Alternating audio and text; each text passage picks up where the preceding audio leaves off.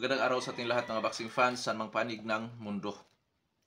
Ang labanan o bakbakan na ating tatalakayin ngayon, ito po sa pagitan ni Gino Rodrigo na ating kababayan kontra Elvis Rodriguez ng Dominican Republic. Fight schedule ng mga ito, Hunyo 29, 2024. Nagaganapin po sa James L. Knight, Miami. So, bansang Amerika ito. So, masasaksihan ito sa ating bansa sa Pilipinas, Hunyo 30. Sa bakbakan na ito, tayo po ay maghahayag ng sarili nating fight prediction, comparison at analysis na kung saan doon pa po lamang sa ating gagawing comparison at analysis, malaki po ang posibilidad na makakakuha kayo ng idea kung sino po ang papaboran nyo na sa tingin po ninyo ay may malaking chance sa panalo dito po sa naturang bakbakan. Dahil detalyado po na inyong malalaman kung saan niya ba naging llamado, saan niya ba naging lihado itong magkabilang panig. At inanyayahan ko rin po kayo na panoorin ang buong video. At nang sa ganun, makapag-desisyon po kayo na kung saan maaring ang inyong desisyon ay taliwas sa aking pananaw o prediction sa laban, at yan din po ay maaring papabor. Ngunit ang mahalaga kayo dahil nasa inyo po ang huling desisyon. At dahil sa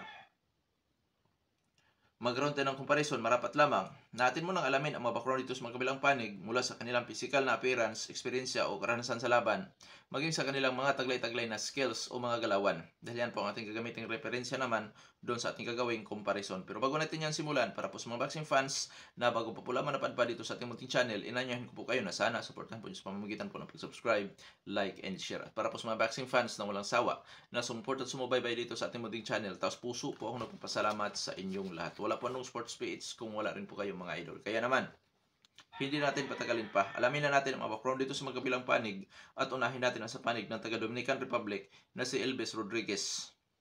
As a pro boxer, may impress mong kartada po itong si Elvis Rodriguez na 15 wins with 13 wins coming by way of knockout, may isang talo at may isang tabla na rin.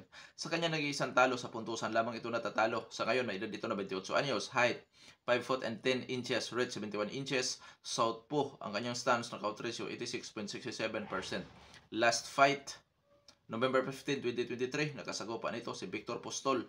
Panalo by 7th round technical knockout itong si Elvis Rodriguez. Karanasan o eksperyensya nitong si Elvis Rodriguez. Mga lords, dati itong lumalaban sa amateur. Katunayan, noong 2017, napasagupa ito sa World Championship. As a pro boxer na, ang pinakamatindi na kalaban nito si Victor Postol. Si Kenneth Sins, Juan Jose Velasco, at yung Mexicano na nag-apelido po na Romero. Nasa tingin ko yan po ang nakapagbibigay ng magandang karanasan kay Elvis Rodriguez. Sa kanya namang skills, boxer-puncher ito.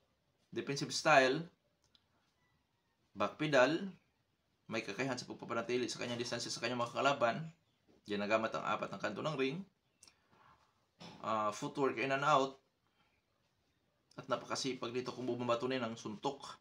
Taglay ang power, timing, at accuracy. As a boxer-puncher, lumalaban ito sa brulan o tututong bakbakan, may counter-punching style, may pressure style din po mga lods. Pero specialty nito ang counter.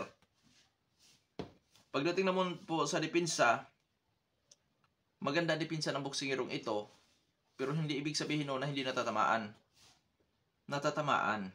Oo, pero may tibay. Marunong tumanggap na suntok itong si Elvis Rodriguez. Pero hindi sa lahat ng pagkakataon, pag sinasabi natin may tibay, ibig sabihin, hindi sa lahat ng pagkakataon madadalan niya yan, yung tibay na yan. Ngayon sa panig naman itong ating kababayan na si Gino Rodrigo. As a pro boxer, may impressive mong kartada si kabayan. 12 wins with 10 wins coming by way of knockout, may 3 talo at may 2 tabla. Sa kanyang 3 talo sa puntusan lamang din natatalo si kabayan. May edad na 26 anyos, height 5 foot and 7 inches. Orthodox ang stance nung si kabayan. Knockout ratio 83.33%. Last fight, February 13, 2024. Nakasagupa niya kapwa Pinoy, si Monico Laurente. Panalo by second round referee technical decision si Gino Rodrigo. Experience o karanasan nitong ating kababayan, sunuri ko po kung siya ay dating lumalaban sa amateur o Olympic, wala po ang kanyang pangalan doon sa mga website nating pinagkukunan. So diretso tayo sa kanyang karanasan as a pro boxer. Ang pinakamatindi na kalaban nito ay ang Koreano na si Kontae Lee, na kung saan may height po yan na 5 foot and 11 inches. Diyan siya nakatikim po ng talo by unanimous decision. At magngalan pa tayo ng dalawa, which is mga Pilipino rin ito, na kung saan, kung ikumpara kay Gino Rodrigo, mga veterano katulad ni Monico Lorente na may 30 and 21, Roberto Gonzales na may 28 and 7. Sa skills ni Kabayan, boxer puncher din po. Persyo fighter style, defensive style, lumalaban sa brulan o tututo na bakbakan, may counter punching style din. Sa kanyang defensive style, backpedal, ginagamit niya ang 4 ng kanto ng ring, may kakayahan din sa pagpaplatili sa kanyang distansya sa kanyang mga kalaban. Masasabi kong masipag din kung bumabato ng suntok itong si Kabayan. Epektibo siya sa close range sa suntukan. Oo. Ngunit pagdating sa depensa, may mga butas sa depensa ito habang nasa opensa. Delikadong makounter. At medyo may kakulangan si Kabayan pagdating po sa adjustment. Oo, hirap siya sa pag-adjust, lalo na kung mas matangkad sa kanya ang kanyang katunggali. Ngayon dadako na tayo sa ating gagawing comparison. Sa ranking po ng boxing scene sa 4 major title belts, wala po ang pangalan ni Kabayan. Itong si Elvis Rodriguez naman, sa isang organization lamang siya nakapangalan, sa IBF rank 10. Ngayon dadako tayo sa kanilang physical na appearance. Unahin natin sa edad, 28 anyos itong si Elvis Rodriguez, 26 anyos si Kabayan. So labanan ito ng nasa kanilang prime. Height, 5 foot and 10 ang height nitong si Rodriguez. 5 foot and 7 naman ang height ni Kabayan. So mas matangkad po si Rodriguez ng 3 inches. Southpaw kontra orthodox. Delikado sa untugan ito once na magkaroon ng inside fighting. Pagdating sa knockout ratio, 86.67% ang knockout ratio ni Rodriguez, 83.33% naman ang knockout ratio ni Gino Rodrigo. Kunti lamang po ang diferensya. Kung muna dito tayo sa comparison, lamang po sa power si Elvis Rodriguez. Activity fights, parehong aktibo po ang dalawang maglalaban. Sa karanasan, lamang po si Rodriguez. Sa skills, parehong boxer puncher. So 50-50 sa skills. Ngayon, sinong yamado? Automatic po na si Elvis Rodriguez. 60-40 po ito. Kung i-convert natin sa percent dito sa ating ginagawang comparison. 60-40. 60% kay Rodriguez, 40% para sa ating kababayan. Kasi lamang sa power, lamang sa karanasan, at nasa ranking si Elvis Rodriguez. Ngayon dadako na tayo sa ating prediction.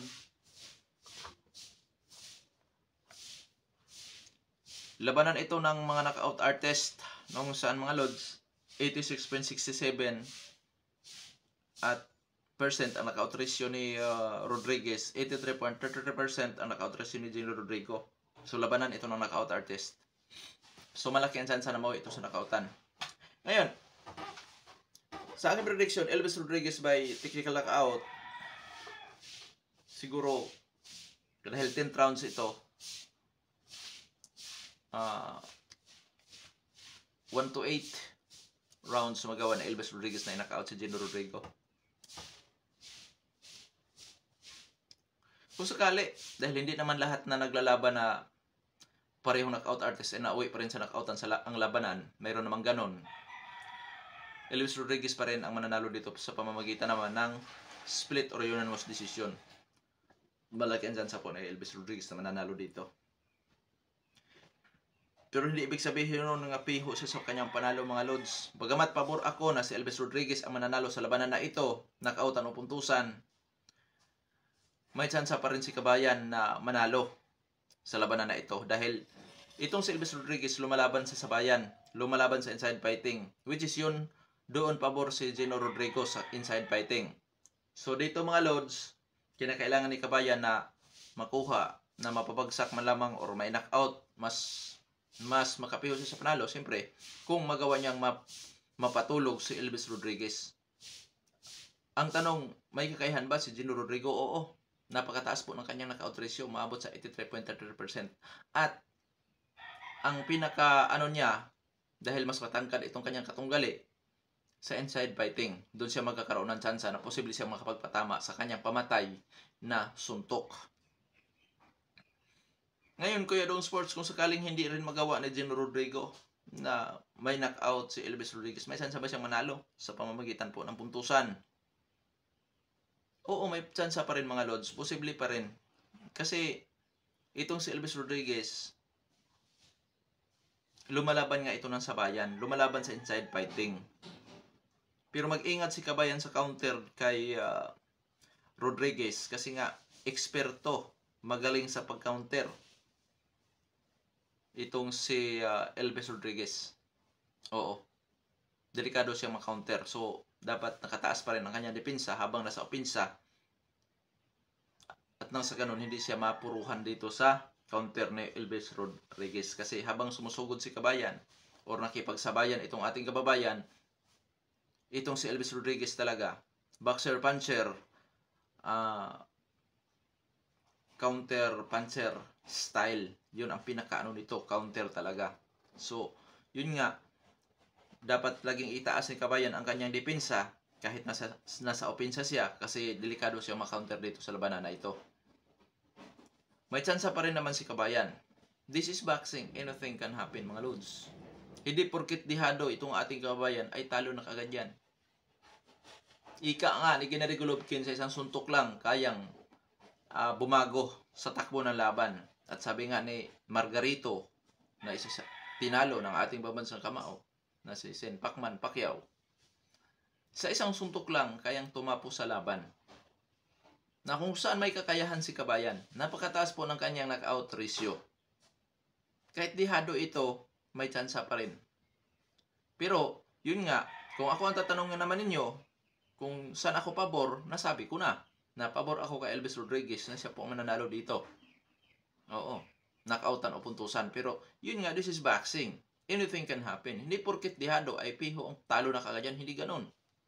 Kaya, dito sa panig ng ating kababayan, may tsansa pa rin naman siya mga Lods. Pero tagilin siya dito sa laban na ito.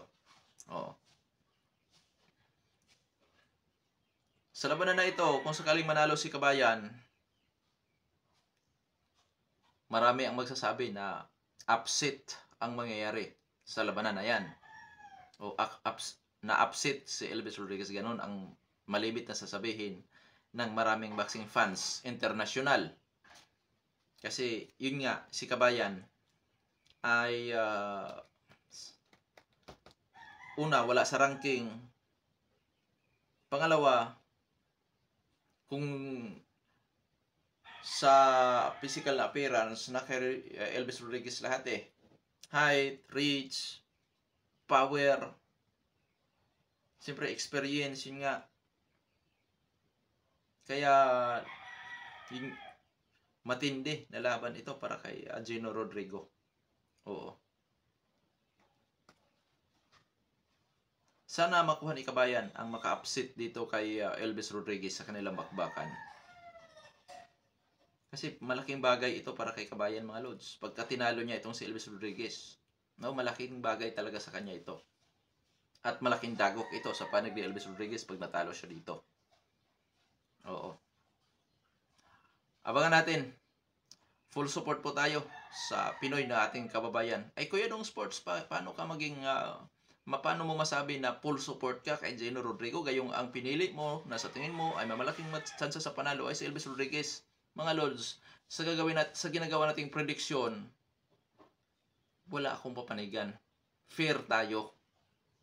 Oo, kung ano ang nandyan, nasa tingin natin, kung ano ang pananaw ko, yun na yung pananaw ko. Wala akong papanigan. Pero syempre, gusto nating manalo itong ating kababayan. Kababayan natin ito Nagdadala ito ng